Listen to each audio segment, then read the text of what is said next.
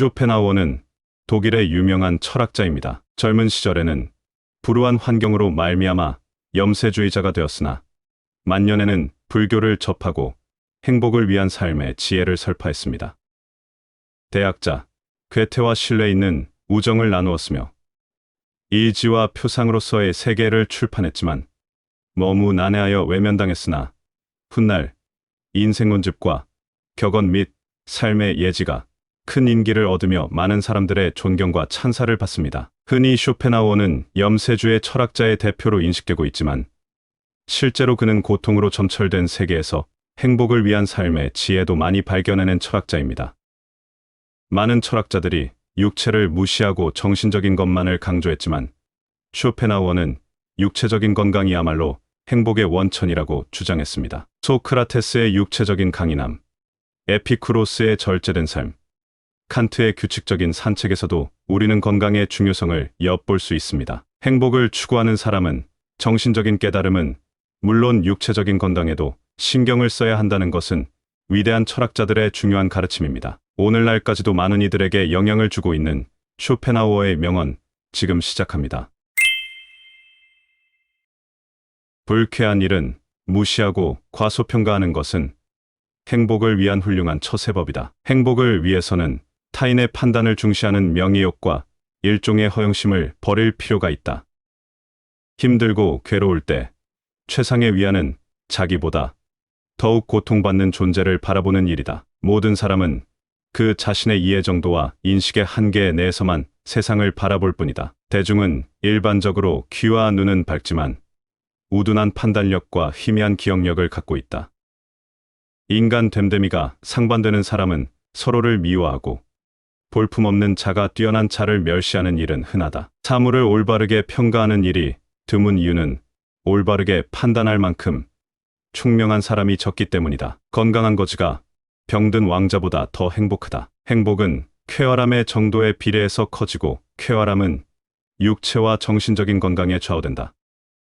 나무가 튼튼해지기 위해서는 바람이 필요하듯 인간이 건강해지기 위해서는 운동이 필요하다. 최상의 보물은 명량한 표정과 쾌활한 마음이다. 행복의 90%는 건강에 달려있다. 세계는 곧 나의 인식의 반영이다. 행복은 주어진 환경 그 자체보다는 세상을 인식하는 개인의 기질에 좌우된다. 모든 진리는 인정받기 전에 세 단계를 거친다. 첫째, 조롱받고, 둘째, 반대에 부딪히고, 셋째, 자명한 진실로 간주된다. 인생에서 가장 강렬하고 놀라운 사건은 대부분 사랑이라는 감정에 의해 만들어진다. 인간은 본능적으로 자신의 정신이나 신체적인 불완전성을 보완해주는 이성에게 끌린다. 조건을 고려해서 이성적으로 선택한 결혼에는 본능에 이끌린 사랑과 같은 정열이 없다. 성적인 매력에만 이끌려서 결혼하면 평생 후회와 탄식을 안겨줄 반려자를 얻을 것이다. 정치와 사회 문제를 해결하는 궁극적인 해법은 소수의 현자와 선인이 전제정치를 행하는 것이다. 모든 사람은 자신과 닮은 것을 좋아한다. 비슷한 영혼은 멀리서도 알아보고 인사를 나눈다.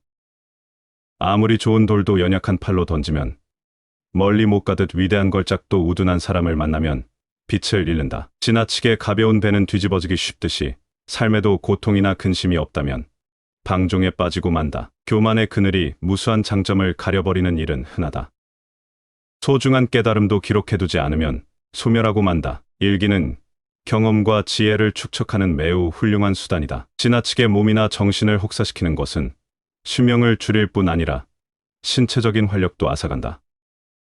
예의는 지혜에 속하고 무례는 무지에 속한다. 흘러가는 시간은 권태에 사로잡힌 자들을 벌한다. 정신이 빈약한 사람들이 재물로 남을 앞서려고 한다. 지혜로운 사람은 생각과 말 사이에 간격을 유지한다. 예술이야말로 인간을 고통과 욕망에서 벗어나게 해주는 신성한 탈출구이다. 음악이야말로 예술 중에서 으뜸이며 훌륭한 음악을 듣는 것은 정신을 목욕시키는 것과 같다. 지나치게 관대하고 다정하면 상대방은 무례해진다. 인간은 자신을 찬양하는 사람보다 자신을 경멸하는 사람에게 더 신경을 쓴다. 이기적인 성품을 지닌 사람은 늘 비탄에 빠지며 타인의 감정 따위는 무시한다. 격한 어조로 말하지 말라. 그것은 언제나 비이성적인 말을 동반한다. 환경이 변하면 이해관계도 변하기 때문에 상대방의 태도나 행위도 달라질 수 있음을 명시하라. 젊은 시절은 통찰력과 상상력에서 뛰어난 시기이고 노년 시절은 통합력과 분별력에서 뛰어난 시기이다. 뛰어난 예술품도 반복해서 보면 감흥이 없어지는 것처럼 관찰력이 가장 뛰어난 시기는 노년이 아니라 청년기이다. 인간의 행복과 불행은 무엇으로 자신의 마음을 가득 채우느냐에 달려 있다. 교육의 실패는 실제 경험에 앞서 학생들에게 지식을 먼저 주입시키려고 할 때 일어난다. 성격이 소유물보다 행복에 더 큰 영향을 끼치지만 사람들은 정신을 수양하기보다는 재산을 늘리려고 애쓴다. 성공은 자신의 천성에 유리한 것은 취하고 천성에 어울리지 않는 것은 배척함으로써 만들어진다. 삶이란 욕망과 권태 사이를 왕복하는 시계추와 같다.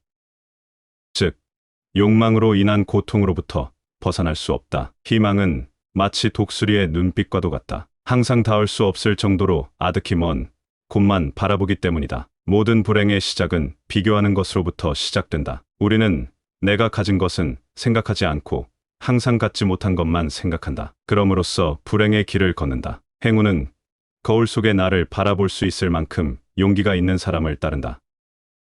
인간은 자신이 원하는 것을 할 수 있지만 의지를 원할 수 없다. 타인 혹은 세상의 많은 것을 기대해서는 안 된다. 다른 사람에게서 무엇을 더 얻으려 하는가? 결국 인간은 누구나 혼자다. 중요한 것은 혼자 있을 때 그가 어떤 사람인가 하는 것이다. 괴테가 말했듯 모든 것에 있어서 결국 인간은 자기 자신에게서 구해야 한다.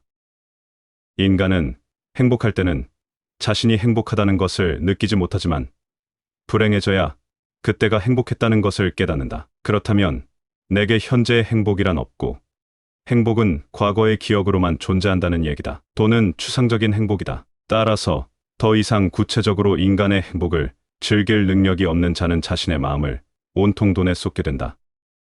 어느 누구도 자신의 고유한 성격을 벗어나지 못한다. 외부 상황이 바뀌어서 얼핏 다르게 행동하는 것 같아도 그것은 성격이 다양하게 변주되면서 모양만 다르게 보이는 것에 불과하다. 사람의 성격이란 거의 변하지 않는다. 떨어져 있을 때의 추위와 붙으면 가시에 찔리는 아픔 사이를 반복하다가 결국 우리는 적당한 거리를 유지하는 법을 배우게 된다.